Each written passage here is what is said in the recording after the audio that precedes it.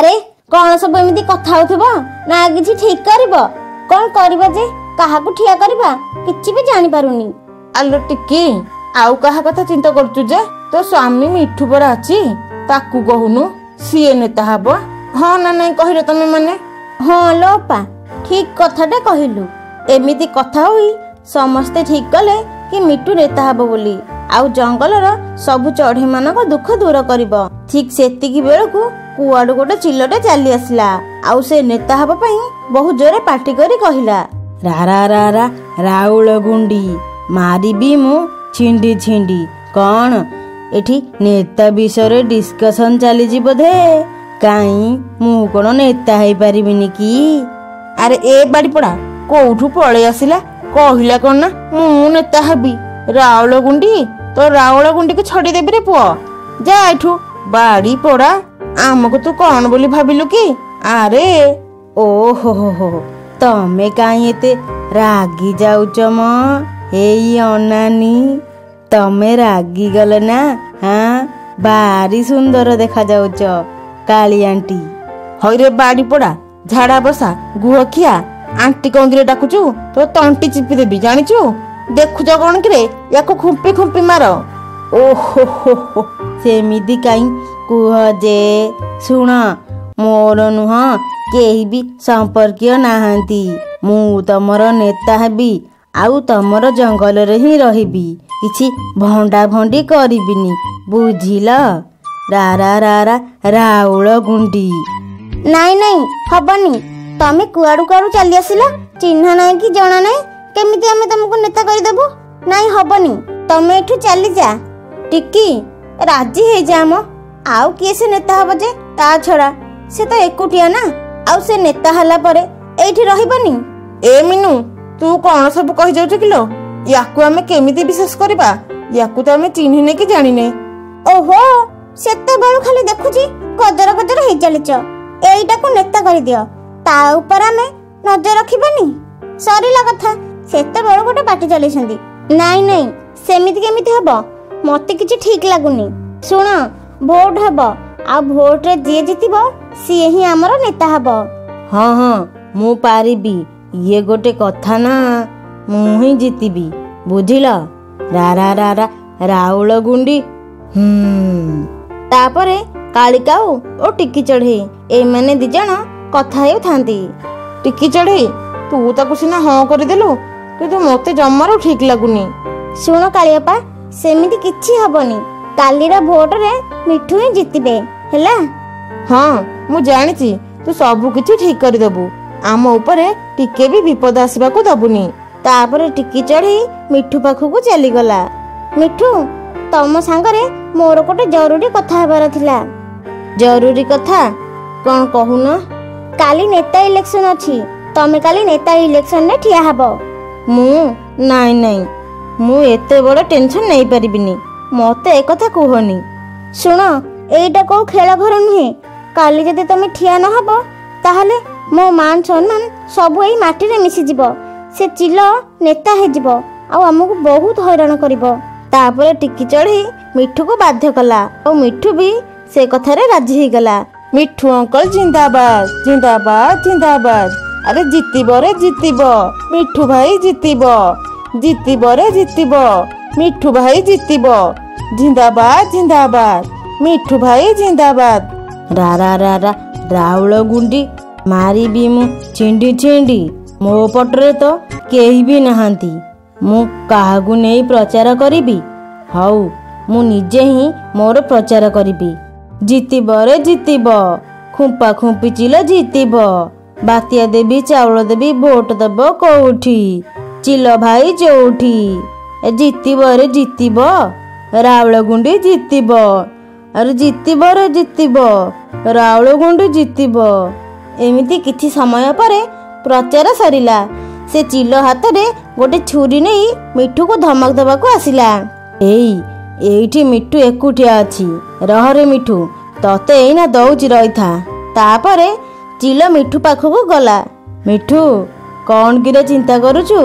ଶୁଣ, ମୁଁ ତତେ ଏଠିକୁ ଆହୁରି ଚିନ୍ତାରେ ପକେଇବାକୁ ଆସିଛି। ଯଦି ତୁ ଇଲେକ୍ସନରେ ଜିତି ଯାଉ ନା, ତାହେଲେ ମୁଁ ତୋ ସ୍ତ୍ରୀକୁ ଜୀବନରୁ ମାରିଦେବି ଆଉ ତୋ ନେତା ପଦବୀ ଛଡ଼େଇଦେବି। ମୁଁ ତତେ ଡରିନି, ମୁଁ ହିଁ ନେତା ହେବି, ଦେଖିବୁ। ହଉ ରେ ମିଠୁ ଭାଇ, ମୁଁ ତତେ ପଇସା ଦଉଛି, ତୋର ଯେତେ ପଇସା ଦରକାର ତୁ ନେ, ଆଉ ତୁ ଏଇ ନେତା ଇଲେକ୍ସନରେ ହାରିଯା। ନାଇଁ, ମୁଁ ତମକୁ ଡରୁନି କି ତମଠୁ ଲାଞ୍ଚ ନେବାକୁ ଚାହୁଁନି। କିଛି ନ ଶୁଣି ମିଠୁ ସେଠାରୁ ଚାଲିଗଲା।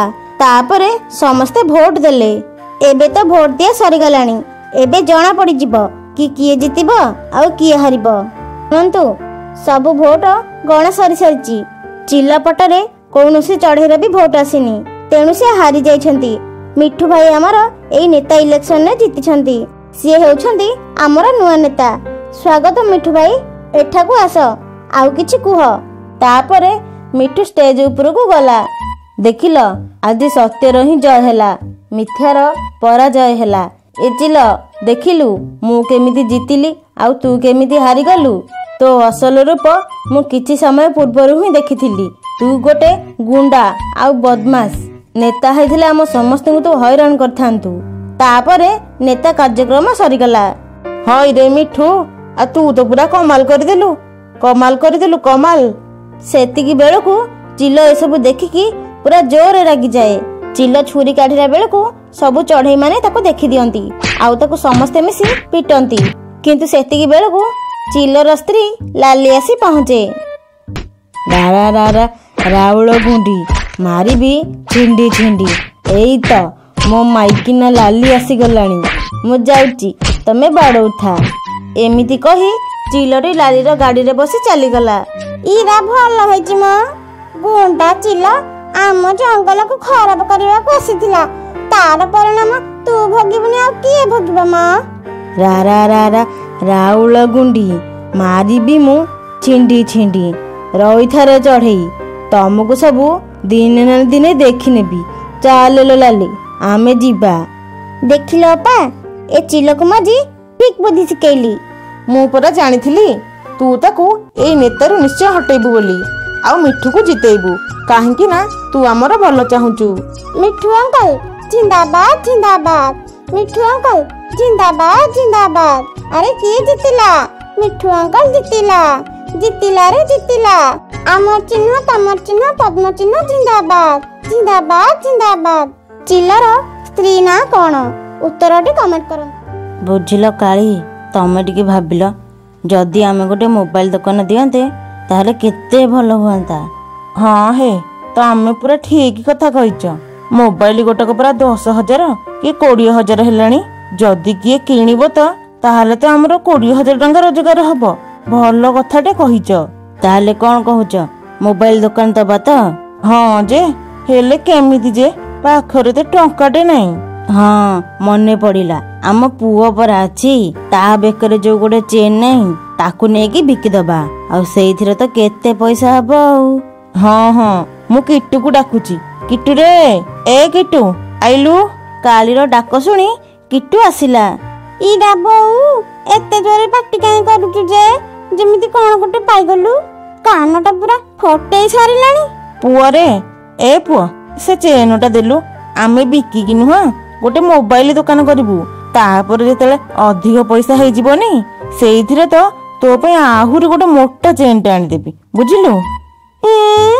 ଇରା ବୋଉ, ଇଏ କଣ କହୁଛୁ ଯେ? ଇରା ବାପା, ଦେଖ ମ, ବୋଉ କେମିତି ଚେନ ମାଗୁଛି। ହଁ ରେ ପୁଅ, ଦେଇ ଦେ ଚେନଟା, ଦେଇ ଦଉନୁ ମୋ ଧନଟା ପରା। ଇରା ବୋଉ, ମୁଁ ଏ ଚେନଟାକୁ ଲଗେଇଲେ ତମ ଦେହରେ ଗଲାନି, ଛଡେଇକି ନେଇଯାଉଛ। ଏଇ ନିଅ। ରାଗରେ କିଟୁ ଚେନଟାକୁ କାଢିକି ଫୋପାଡ଼ି ଦେଲା, ଆଉ ସେଠାରୁ କାନ୍ଦିକି ଚାଲି ଆସିଲା। ପୁଅ, କିଟୁରେ ରହିଯା ରେ, ଦେଖିଲ ପିଲାଟାକୁ ପୁରା କନ୍ଦେଇ ଦେଲ। ହଉ ମ, କାନ୍ଦୁ, ପଇସା ହେଲେ ଆମେ ତା ପାଇଁ ଆଉ ଗୋଟେ କିଣିଦବାନି। ଚାଲ ଚାଲ। ଦୁହେଁ ସେ ଚେନକୁ ନେଇ ମିଟୁ ବଣିଆ ପାଖକୁ ଗଲେ। ଆରେ, ଏ ଦିଟା କଣ ଏଠି କିଛି ଚୋରି କରିନାହାନ୍ତି ତ? ଆଉ ମିଠୁ ମଉସା, ନେଲ ନେଲ, ଏଇ ଚେନଟାକୁ ଦେଖିକି କହିଲ କେତେ ଟଙ୍କା ହବ? ହଁ ମଉସା, ଟିକେ ଅଧିକ କି କହିବ? ଏଇଟା କଣ ଚୋରା ମାଲ ନା କଣ?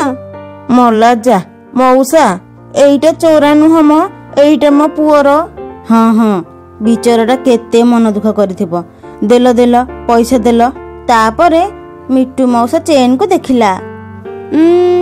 ଏଇଟା ହଉଛି 2 ଲକ୍ଷ ଟଙ୍କା ହବ, ଆଠୁ ଅଧିକ ହବନି। ତାପରେ ସେ 2 ଲକ୍ଷ ଟଙ୍କା ଦେଲା କାଳିକାଉ ଓ ଜଗୁ। ସେ ପଇସାକୁ ନେଇ ମୋବାଇଲ ଦୋକାନକୁ ଚାଲିଗଲେ।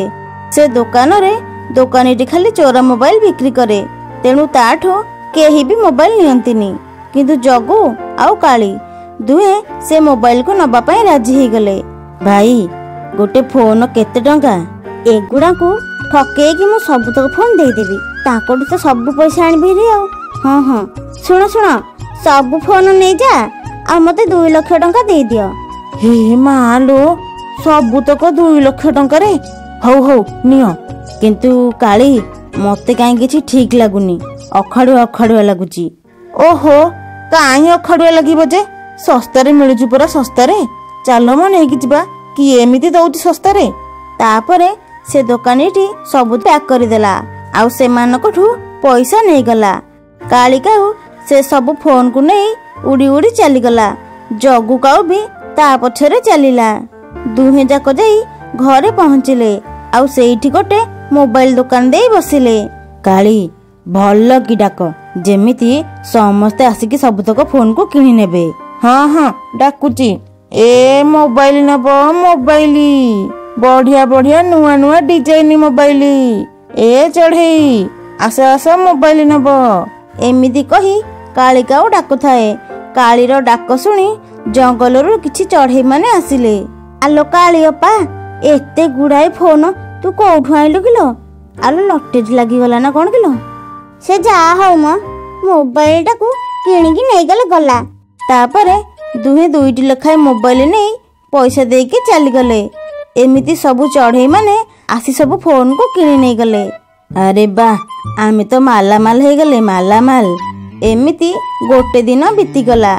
ମିକୁ, ଆଲୋ ତୋ ସାଙ୍ଗେ ମୋର ଟିକେ କଥା ଥିଲା ଲୋ।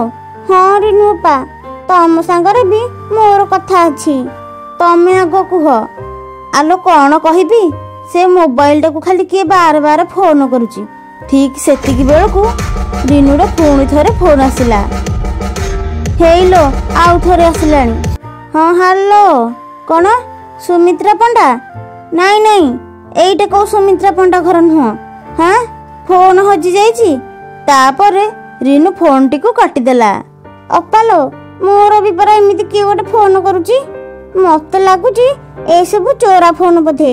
ସେ କାଳି ଅପା ଆମକୁ ବୋକା ବନେଇକି ସବୁତକ ବିକି ଦେଇଛି। ହଁ ଚାଲେ ସେ କାଳିକୁ ଆଜି ଭଲ କି ପାନେ ଦବା। ରିନୁ ଓ ମିକୁ ସମସ୍ତଙ୍କୁ ନେଇ କାଳିକାଉ ପାଖରେ ପହଞ୍ଚିଲେ। ଆଲୋ, ଇଏ କଣ ଠେଙ୍ଗା ବାଡି ଧରି ମୋ ପାଖକୁ ଆସିଲେଣି? ଜଗୁ, ତମେ ଥା, ମୁଁ ଚାଲିଲି। ହେଇ କୁଆଯାଉଛ? ସବୁ ତ ତମରି ନାଟ। ମୁଁ କହୁଛି ସେ ମୋବାଇଲ ଆଣନି, ମତେ ଟିକେ ଅଖାଡୁଆ ଲାଗୁଛି। ତମେ ଜମାରୁ ଶୁଣିଲନି। ତମେ ଏଇଠି ଥା, ମୁଁ ଯାଉଛି। ଏତିକି କହି ଜଗୁ କାଉ ସେଠାରୁ ଚାଲିଗଲା। ଶୁଣ କାଳିଅପା, ତମେ ଆମ ସହିତ ଯାହା ବି କଲ କିଛି ଠିକ କଲନି। ମୁଁ କଣ ଭୁଲ କଲି କି? ଆଉ ପଚାରୁଛ କଣ? ଇଏ ହଉଛି ସବୁ ଚୋରା ଫୋନ ଗୁଡାକ। ଆମକୁ ତମେ କେତେ ପଇସାରେ ବିକି ଦେଇଛ।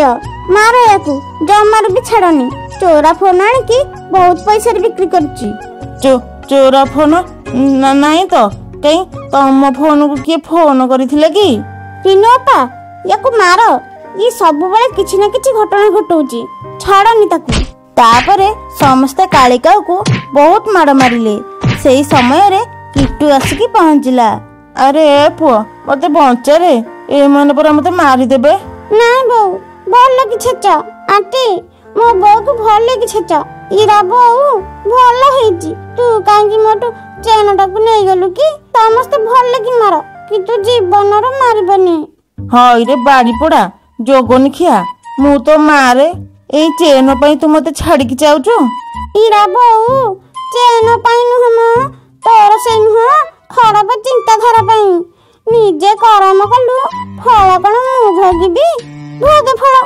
ବୁଝିଲ ସାଙ୍ଗମାନେ, ଯିଏ ଯେମିତି କରିବ ସେ ସେମିତି ଫଳ ଭୋଗିବ। ଏତିକି କହି କିଟୁ ସେଠାରୁ ଚାଲିଗଲା। ହେ ଭଗବାନ, ଏମିତି ସ୍ୱାମୀ ଆଉ ପୁଅ ମୋର ଦରକାର ନାହିଁ। ସମସ୍ତେ ତ ମତେ ଏକୁଟିଆ ଛାଡିକି ଚାଲିଗଲେ। ମୁଁ ମଲି କି ବଞ୍ଚିଲି ମତେ କେହି ବି ଦେଖିଲେନି। ରିନୁ ରହିଯା, ଆଉ ମାରେନି। ଇଏ ତାର ସବୁ ଭୁଲକୁ ବୁଝି ସାରିଲାଣି। ଚାଲ ଏଠୁ ପଳେଇବା। ତାପରେ ସମସ୍ତେ ମୋବାଇଲକୁ ତା ସାମ୍ନାରେ ଫୋପାଡ଼ି ଦେଲେ। କାଳିକାକୁ ଖଣ୍ଡିଆ ଅବସ୍ଥାରେ ଛାଡ଼ି ଦେଇ ସେଠାରୁ ଚାଲିଗଲେ। କିଟୁ କାହିଁକି କାନ୍ଦୁଥିଲା? ଉତ୍ତର କମେଣ୍ଟରେ